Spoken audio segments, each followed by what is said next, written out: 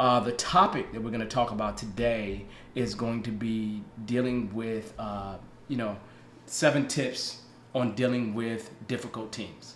Okay? 7 tips on dealing with difficult teams. So let's kind of start that conversation. Okay?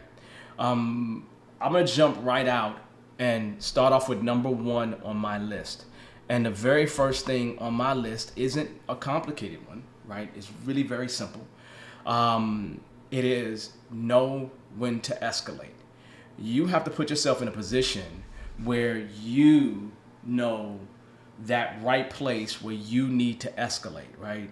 Where it goes beyond emotions, it goes beyond the relationships that you have with people, when to escalate and when not to escalate, right? So learning how to deal with that and know where those trigger points are is going to be really helpful to you in terms of you dealing with difficult teams. Because a lot of times the difficulty that's happening on a team doesn't require escalation. It really requires more of a conversation and then other things that we will be talking about later. The reason why I say that is because I've had many teams that we've had some really, really tough times, and I really don't want to deal with those tough times. At times, you can feel a little bit intimidated by people battling each other, or you just don't want to deal with it. But the idea is you have to know when it's gone past a certain point and you need to get other parties involved. You need to get other parties engaged in it. So this is really important thing for you to think about is understanding and knowing that escalation path, knowing who you should escalate to. But I always say to myself, I treat my teams like they're family. So in treating them like family, it's really hard for me to escalate. I mean, it takes a lot for me to have to go have other kind of conversations to bring authorities in, because I feel like it's calling the police, right? And I'm not saying we don't have a no snitch culture or anything like that, but the idea is really very simple. If they're family, we deal with it in-house. We show our dirty laundry to each other. We don't show it to anyone else. And that's the way that I classically like to approach things. So normally for me, making sure I understand the expectations around escalation. There could be some expectations that management has. There could be some bad actors that you have on your teams. But understanding when and when not to escalate, what those paths are, is probably one of the things that you need to take some time and become comfortable with before you really deal with it. I mean, anytime you start an effort, right? So that would be our first one, okay? So moving on to number 2 of 7, okay? And I kind of combine these things because I think they kind of work together. I want you to, 1, observe the team.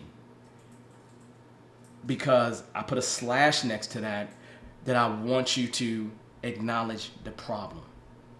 Not just say that it exists, but I want you to hopefully see that it exists, replicate it to some degree. I don't mean you need to go and make bad actors act bad, right? But see that it's happening, right? So observe that team and truly sit back and acknowledge the true problem that exists. Because sometimes something that looks like a problem isn't necessarily a problem. It might be the way that team works, right? It may be something that you're not used to. It may be certain sensitivities that you have, right? Or that a particular person on a team has, right?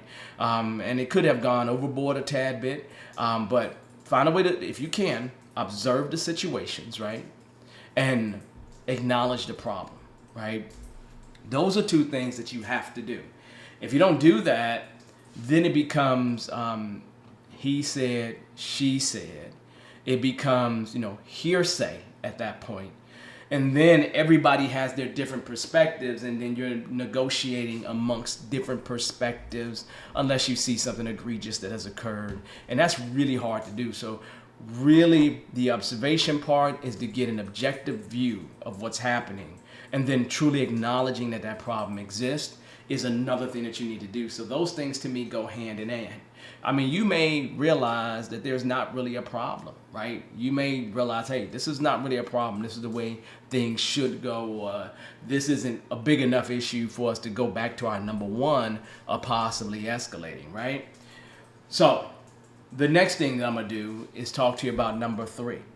Because number 3 is more about you than it is about anybody else. It's all about self-mastery, right? Your emotions, your body language, your values, your beliefs. These are things that we will be talking about in next week's challenge. So make sure that you sign up for that challenge. But the idea is that's what we're going to help you through. And self-mastery is part of you checking your temperature. You getting yourself under control. You putting yourself in a position that even if they offend you, like if they personally offended you in some kind of way, you can still bring your objective self to the party. You can bring your objective self to the situation. And then you can truly help them without some perception or without you being influenced by emotions and feelings, right? That's going to take some level of emotional intelligence, right? But self-mastery is really important in this situation because it just gives you an opportunity to understand what's happening here, what's happening inside of you, right? Nobody says that you don't have the right to have a reaction, but there is a point of control after that. And that point of control is the thing that you want to take advantage of, right? Is the thing you want to make sure that you hold tight and you know where you're going to make that next move at. So self-mastery is that third thing, and it's really, really important in terms of the list, right? I consider it to be one of the most important things, and I try my best to practice that. I try my best to be as objective as I possibly can, and trust me, I have been in situations with a client where somebody's clearly racist or sexist or clearly has something against, people who have a different sexual orientation, whatever lifestyle they may have. It doesn't matter to me. I believe all people should be treated fairly. But that starts off with you having some self-mastery of yourself moving forward. So just know self-mastery is probably one of the most critical things that you can do, but it's something that you need to study, become very good at dealing with yourself. Number 4 isn't a complicated thing. It's probably one of the most important things you'll hear about if you're an agile coach or any kind of a coach in general, right? Because coaching is really about partnering with people, right? Getting to that outcome, right? And here's the deal. Active listening is probably one of the things that you'll see with the majority of great coaches.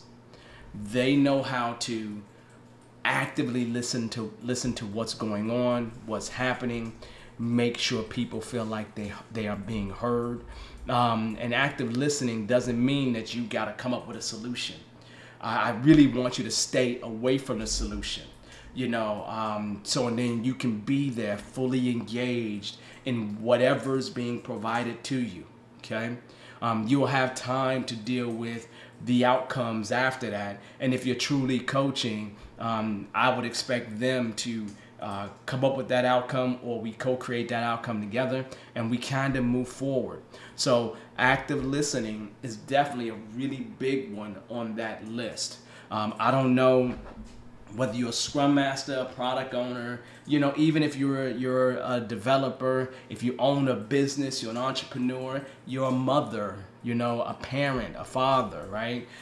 You've been through a divorce, you're about to get married, all these things require your partner or whoever you're communicating with or exchanging information with feeling like they've been heard. And that is really, really important. And there's a lot of levels to that. There's a lot of things that you can do within that space. But if I'm you and if I'm not familiar with the topic, go get familiar. There's resources, obviously, for free. There's classes that you can take to help you with that, and practice it. Practice it in all chances that you can, because trust me, that is one of those things that will help you with all your relationships, right? So active listening is number 4, okay? The next thing, which isn't controversial at all, but it's just number 5.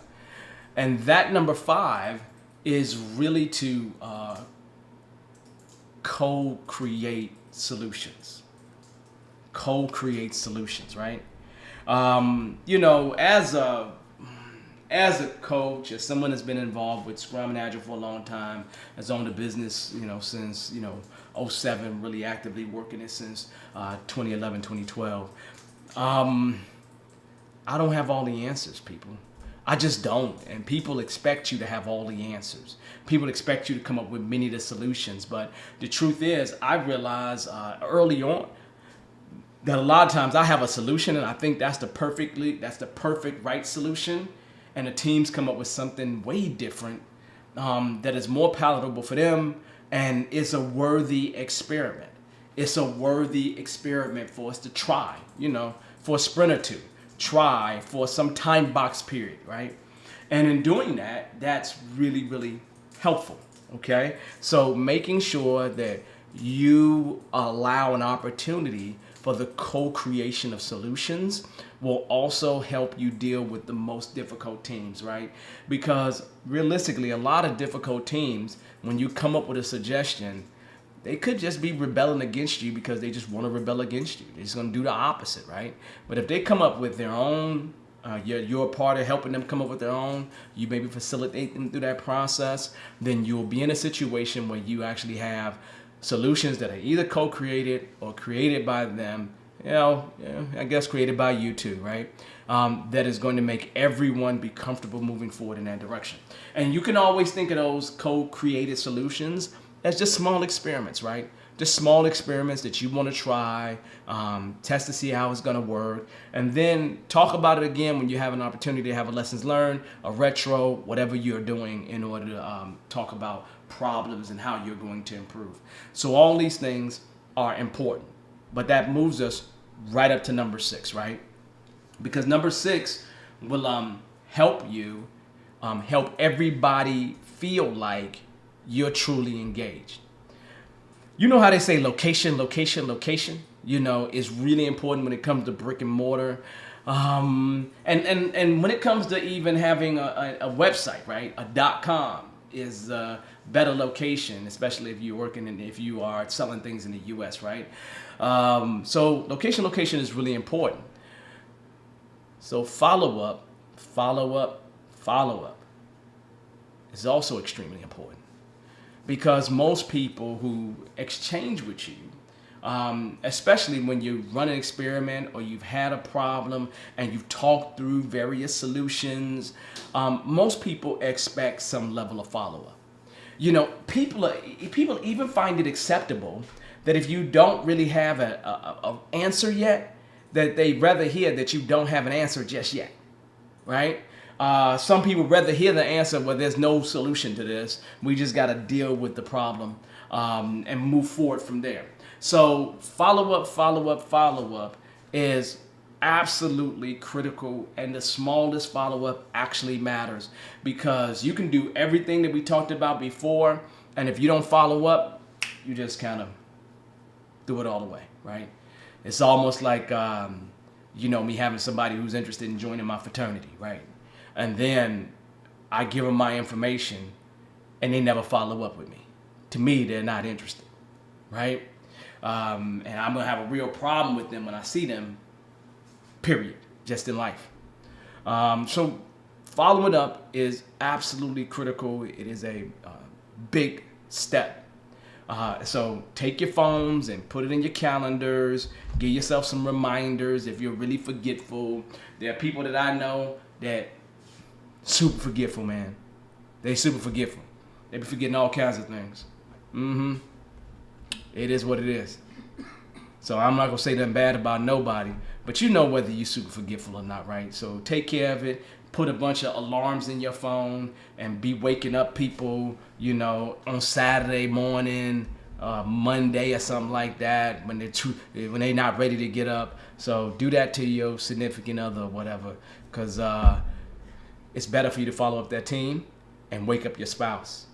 If you need to follow up with your team, wake up your spouse with those miscellaneous alarms that is not supposed to bother them, right? They love you, right? They love you. They should want that from you. They should be okay with it, you know. All right, so I got one last one here, right? Number 7. Number 7 is another simple one, and I find it to also be very valuable. It is be available and be open. Be open to things not occurring exactly the way that you expected them to occur. Be available for people to feel like they can engage with you and have conversations with you. Be available for people to, respectfully disagree with you or bring you different problems or bring you good things that happen, right? Because if you're available, you'll hear about the positives that have happened as well. Be available to see the growth that a team has had, because teams go through formation stages, right? Most people say forming, storming, norming, performing, and then adjourning or mourning, depending on how you want to say the last one, right? And there's other ways, there's other models that point out team formation, but that's probably the most popular one, Tuckman's model. So on that note, these are really the 7 things that if you want to be more like a George Washington in managing teams, these are the 7 things that you would need to do to make sure that you deal with those difficult teams. I can only imagine that Washington had a problem with teams that didn't have a lot of supplies. Teams didn't feel like they're fighting in the cold.